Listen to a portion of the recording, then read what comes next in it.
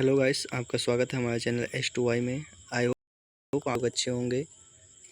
तो polytechnic most important जो class है हमारी बायोलॉजी से होने वाली है। और अभी तक आपने हमारे अदर वीडियोस नहीं देखे हैं, मतलब सारे चैप्टर्स वाइज चैप्टर कवर करवाए गए हैं, तो आप हमारे चैनल पर विजिट करके देख सकते हैं। और जो मोस्ट इम्पॉर्टेंट क्वेश्चन है उन्हीं को पढ़ाया जाता है। तो ज़्यादा देर न करते हुए चलिए वीडियो को स्टार्ट करते हैं। मैं आपको बता दूँ, ये जितने भी क्वेश्चंस होने वाले हैं ये सब टेडोफाइटा से हैं। टेडोफाइटा चैप्टर नंबर 10, जो कि सिलेबस से सारे क्वेश्चंस को लिया गया है। तो चलिए क्वेश्चंस को स्टार्ट करते हैं। जो हमारा फर्स्ट क्वेश्चंस है, क्वेश्चन हमारा कभी कभी फर्न के प्रोथैलस से फर्न का पौधा उत्पन्न होता है, यह उदाहरण है। तो ये जो उदाहरण है कि फर्न के प्रोथैलस से फर्न का पौधा उत्पन्न होता है, एपो स्पोरी का उदाहरण है। किसका उदाहरण है? एपोस्पोरी का उदाहरण है। चलिए नेक्स्ट क्वेश्चन पे चलते हैं और देखते हैं।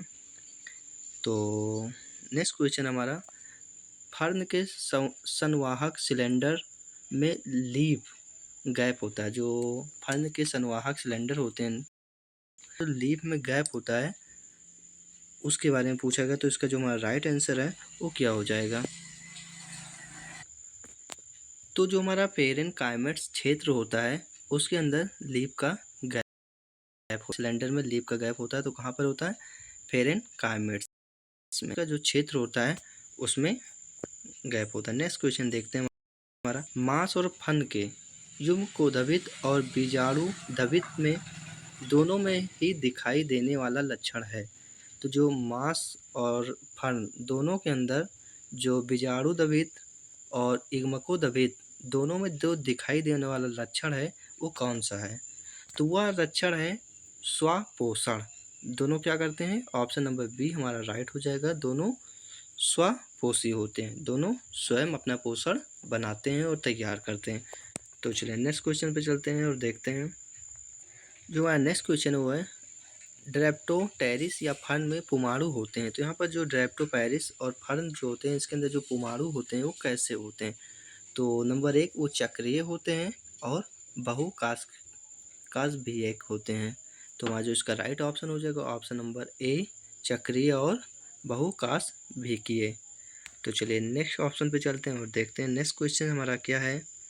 नेक्स्ट क्वेश्चन हमारा क्वेश्चन नंबर 35 है, सिलेजिनेला रुपेट्रिस में गुरु बीजाणु की संख्या होती है। तो जो गुरु बीजाणु की संख्या होती है वो कितनी होती है? चलिए देख लेते हैं इसमें किसका किसका पूछा गया। तो सिलेजिनेला और रुपेट्रिस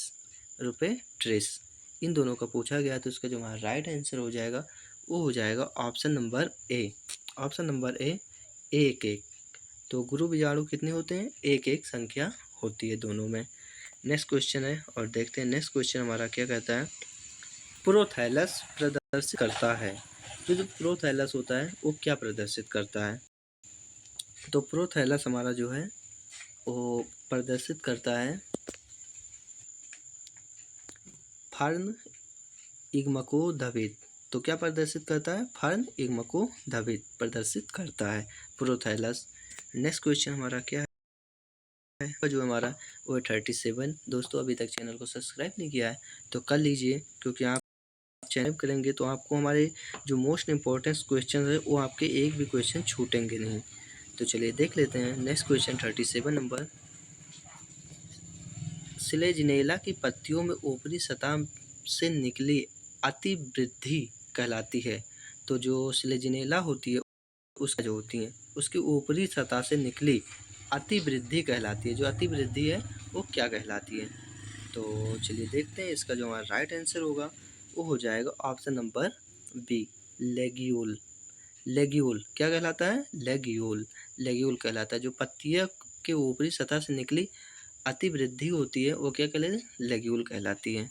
नेक्स्ट क्वेश्चन पे चलते हैं और देखते हैं नेक्स्ट क्वेश्चन हमारा क्या है। नेक्स्ट क्वेश्चन है, सिलेजिनेला के राइजोफोर में सामान्यता होती है। तो राइजोफोर जो है उसमें सामान्यता क्या होता है?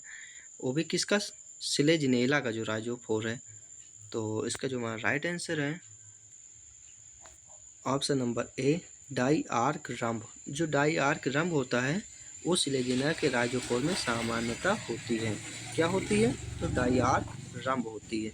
नेक्स्ट क्वेश्चन पे चलते हैं और देखते हैं। नेक्स्ट क्वेश्चन है सिलेजिनेला का प्रमुख लक्षण है।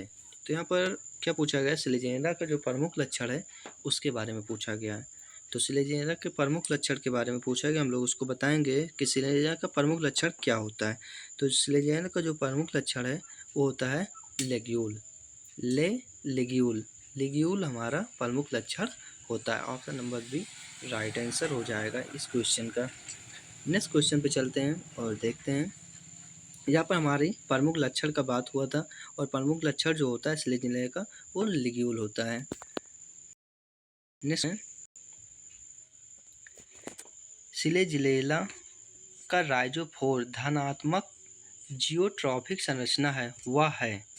तो वह क्या है? तो चलिए देख लेते हैं हमारा राइट आंसर क्या हो जाएगा इसका। सिलेजिनेला का राइजोफोर जो होता है उसका धनात्मक जियोट्रॉफिक संरचना वह है। यहाँ पर किसके बारे में पूछा गया है? जियोट्रॉफिक संरचना जो है उसको पूछा गया। तो हमारा राइट आंसर हो जाएगा और एक नया अंग जिसे स्यूजेनेसिस कहते हैं। जो स्यूजेनेसिस होता है उसे जियोमेट्रिक संरचना कहा जाता है। नेक्स्ट क्वेश्चन पे चलते हैं और देखते हैं। नेक्स्ट क्वेश्चन हमारा क्वेश्चन नंबर 41 और ये क्या कहता है समझते हैं। पहली बात हमको क्वेश्चन को समझना चाहिए। सिलेजिनेला की रंभ मुख्यतः होती है। तो सिलेजिनेला की जो रंभ होती है वो क्या होती है? तो चलिए देखते हैं। सिलेजिनेला की जो रंभ होती है वो ठोस रंभ होती है। कैसी होती है? ठोस रंभ। तो ये क्वेश्चन कई बार पॉलिटेक्निक एग्जाम में पूछा गया है। डी फार्मा ग्रुप ई में ही पूछा गया है कि सिलेजिनेला की जो रंभ होती है वो मुख्यतः क्या होती है? तो मुख्यतः वो ठोस रंभ होती है। इस क्वेश्चन को तो आप भूल ही नहीं सकते। से जहाँ पर रंभ पूछा जाएगा तो ठोस रंभ हो जाएगा। नेक्स्ट क्वेश्चन क्वेश्चन नंबर 42 है। निम्न में से एक लक्षण सिलेजिनेला तथा फर्न में समान होता है। तो वो कौन सा लक्षण है जो सिलेजिनेला और फर्न में एक जैसे होते हैं? तो इसका जो हमारा राइट आंसर हो जाएगा वो हो जाएगा ऑप्शन नंबर सी बीजाणुधनी का विकास। तो बीजाणुधनी का जो विकास होता है वो दोनों में सेम होता है, चाहे वो फर्न हो या सिलेजिनेला हो। नेक्स्ट क्वेश्चन पे चलते हैं और देखते हैं। नेक्स्ट क्वेश्चन है हमारा सूक्ष्म बीजाणुधनी तथा धनी एक ही स्ट्रोबिलस में पाए जाते हैं। की बात हुई है जो सूक्ष्म बीजाणु और जो गुरु बीजाणु धनी होते हैं वो एक ही स्ट्रोबिलस में पाए जाते हैं। तो इसे क्या कहते हैं? आइए देखते हैं। क्वेश्चन नंबर हमारा 43 है और ऑप्शन नंबर जो हमारा सी है वो राइट हो जाएगा पाइनस में। पाइनस जो होता है उसके अंदर गुरु बीजाणु और सूक्ष्म बीजाणु दोनों एक ही स्ट्रोबिलस में पाए जाते हैं। नेक्स्ट क्वेश्चन देखते हैं। नेक्स्ट क्वेश्चन हमारा सिलेजिनेला के भ्रूण का विकास होता है। तो यहाँ पर जो भ्रूण होता है उसके भ्रूण के विकास के बारे में पूछा गया है। क्वेश्चन नंबर हमारा 44 है और इसका जो हमारा राइट ऑप्शन हो जाएगा वो हो जाएगा मीरोब्लास्टिक। मीरोब्लास्टिक हमारा राइट आंसर हो जाएगा ऑप्शन नंबर ए। तो सिलेजिनेला के जो भ्रूण का विकास होता है वो मीरोब्लास्टिक होता है, मीरोब्लास्टिक टाइप का होता है। चलिए नेक्स्ट क्वेश्चन में चलते हैं और देखते हैं। क्वेश्चन नंबर उपलब्ध जीवाश्मीय रिकॉर्ड के अनुसार भूमि पर उगने वाले प्रथम संवाहिनी पादप हैं। जो पहला मतलब जो भूमि है रिकॉर्ड के अनुसार अगर देखा जाए तो धरती पे जो सबसे पहला ऑस्कुलर प्लांट है वो कौन सा है? तो हमारा जो ऑस्कुलर प्लांट है उसके बारे में पूछा गया कि जो धरती पर सबसे पहला प्लांट है जिसे रिकॉर्ड मतलब जिसको लिख के बारे में जिसके बारे में रखा गया है वो कौन सा प्लांट है? तो आइए देखते हैं वो कौन सा प्लांट है। तो जो हमारा ऑप्शन नंबर ए है साइलोफाइटल्स। साइलोफाइटल्स हमारा फर्स्ट प्लांट है जो कि वस्कुलर प्लांट है जिसका रिकॉर्ड आज भी है। तो पहला जीवाश्मीय रिकॉर्ड के अनुसार भूमि पर उगने वाला जो पहला वस्कुलर प्लांट है वो क्या है? साइलोफाइटल्स।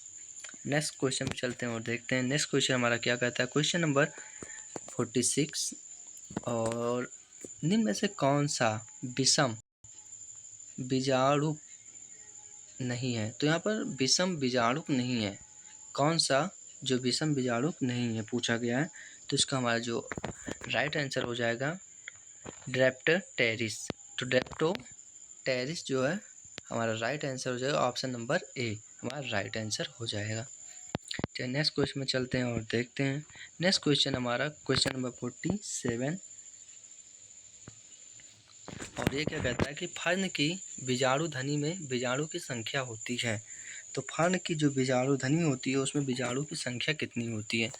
तो उसकी जो फर्न की बीजाणु ध्वनि की संख्या होती है वो होती है 64, ऑप्शन नंबर सी 64 बीजाणु ध्वनि की संख्या होती है। किसके अंदर होती है, एक फर्न के अंदर होती है। नेक्स्ट क्वेश्चन हमारा क्या कहता है। नेक्स्ट क्वेश्चन हमारा सिलेजेनिला में जब बीजाणु दबित सीधे मादा युग्मकोद्भीत से उत्पन्न होता है, इस घटना को कहते हैं। तो इस घटना को क्या कहते हैं, आइए देख लेते हैं। जैसे जो सिलेजेनिला होता है उसके जो बीजाणु दबित होते हैं वो सीधे मादा युग्मकोद्भीत से उत्पन्न होते हैं। इस घटना को कहते हैं एपोस्पोरी। क्या कहते हैं, एपोस्पोरी कहते हैं इसे। ऑप्शन नंबर ए हमारा राइट ऑप्शन हो जाएगा, एपोस्पोरी।